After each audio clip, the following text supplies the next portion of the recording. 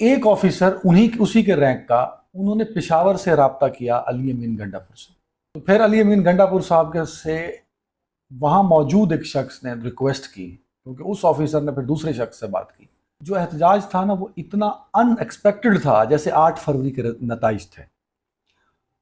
طاقتور حلقے سوچ بھی نہیں رہے تھے کہ یہ احتجاج ہو جائے گا. کتنے لوگ کے پی کے سے آ جائیں گے، کتنے لوگ کے پی کے سے آئیں گے اور پنڈی سے لوگ نکلیں گے. معاملہ کنٹروورشل ہو چکا ہے اور قاضی صاحب اب چاہتے ہیں کہ وہ اس سسٹم کا حصہ رہیں، لیکن مجھے نہیں لگتا کہ قاضی صاحب اب سسٹم کا حصہ رہیں گے. اب بات بسم اللہ الرحمن الرحیم. السلام علیکم ناظرین. عدنان حیدر صاحب ہمارے ساتھ موجود ہیں، اور عدنان حیدر صاحب بہت شکریہ قیمتی وقت کے لیے. 2-3 معاملات ہیں. آرٹیکل 63 ہے سپریم کورٹ آف پاکستان میں جو ہلچل ہے، اس پہ بھی بات کرنی ہے. عمران خان قیادت پہ برہم ہوئے ہیں کہ پنڈی کا جو احتجاج تھا لیاقت باغ کا، وہ آپ نے کیوں وائنڈ اپ کیا، کیوں وہاں پہ نہیں پہنچے. اور بزدل کا لفظ بھی ایک چل رہا ہے برسٹر گوہر کے لیے، جس کی تردید جو ہے شیخ وقاص اکرم صاحب نے کی ہے. یہ معاملہ ہے. پھر 3 شہروں میں احتجاج ہونا تھا، فیصل آباد، راولپنڈی، فیصل آباد، ملتان اور میاں والی کے اندر. چوتھا شہر ایڈ ہو گیا بہاولپور. عمران خان نے یہ کہا ہے کہ 5 اکتوبر کو مینار پاکستان پہ اکٹھے ہوں، وہاں پہ احتجاج کریں، اور اس سے پہلے 4 اکتوبر کو اسلام آباد میں ڈی چوک پہ اکٹھے ہوں. عمران خان کیا سوچ رہے ہیں؟ پی ٹی آئی کا راولپنڈی کا احتجاج کیسا تھا؟ اس حوالے سے ذرا پہلے بتائیں. یار اس وقت سب سے اگر کہا جائے نا جو سیاست کر رہا ہے جو شخص، وہ شاید عمران خان ہے.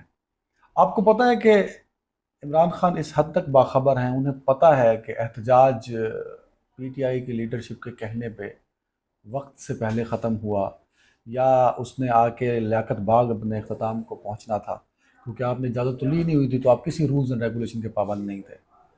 تو میرے پاس جو اطلاعات ہیں، 2 اہم آفیسر انہوں نے 2 لوگوں سے رابطہ کیا. ایک بیرسٹر گوہر سے، ایک اور لیڈر سے پنڈی میں. ایک آفیسر اسی کے رینک کا، انہوں نے پشاور سے رابطہ کیا علی امین گنڈاپور سے، اور علی امین گنڈاپور نے کہا کہ میں نہیں کر سکتا یہ. تو پھر علی امین گنڈاپور صاحب کے سے وہاں موجود ایک شخص نے ریکویسٹ کی، کیونکہ اس آفیسر نے پھر دوسرے شخص سے بات کی. تو جو احتجاج تھا نا وہ اتنا ان ایکسپیکٹڈ تھا جیسے 8 فروری کے نتائج تھے.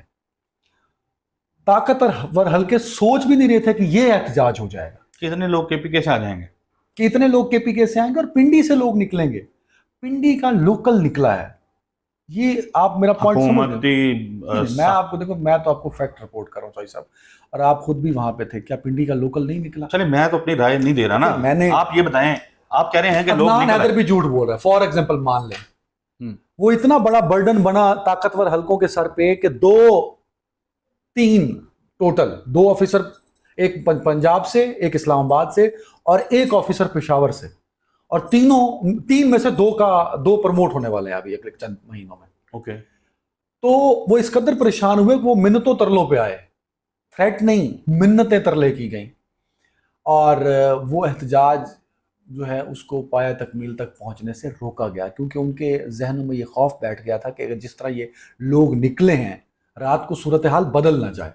تو اس جو احتجاج تھا پی ٹی آئی والوں کا، اس نے کچھ اور کیا نہ ہو، کم از کم طاقتور حلقوں کو ایک دفعہ ٹینشن میں ضرور ڈالا ہے کہ وہ منت ترلوں پہ آ گئے علی ہیں. امین گنڈاپور جو ہیں وہ گرفتاری کے ڈر سے واپس نہیں گئے، آپ کہہ رہے ہیں؟ نہیں، میں بتاؤں، علی جو پشاور والا بندہ ہے وہ سمجھے کہ میں یہ بات تصدیق سے کہہ رہا ہوں. میرا جو سورس ہے اس حد تک میں اس پر اعتماد کرتا ہوں کہ میں یہ بات بہت وثوق سے کہہ سکتا ہوں کہ علی امین گنڈاپور صاحب نے کہا نہیں میں نے جانا ہی جانا ہے. پھر علی امین گنڈاپور، پھر دوسرے ایک شخص کو کہا گیا جو وہاں موجود تھا، وہ میرا بہت اچھا دوست ہے، میں اس کا نام نہیں لے سکتا. پھر وہ اس نے انٹروین کیا، اور علی امین گنڈاپور اس طاقتور شخص کے بھی بہت اچھے ان کا تعلق ہے، تو اس کو مینج کیا گیا کہ آپ پلیز اس کو وائنڈ اپ کریں. پنڈی میں بھی ایسا ہی ہوا.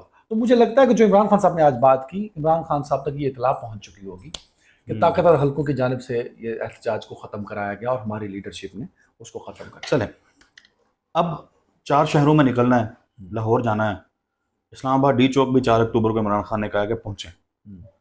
کیسے دیکھتے ہیں سر جو احتجاج آپ کا ہوا ہے نا جمعے والے دن،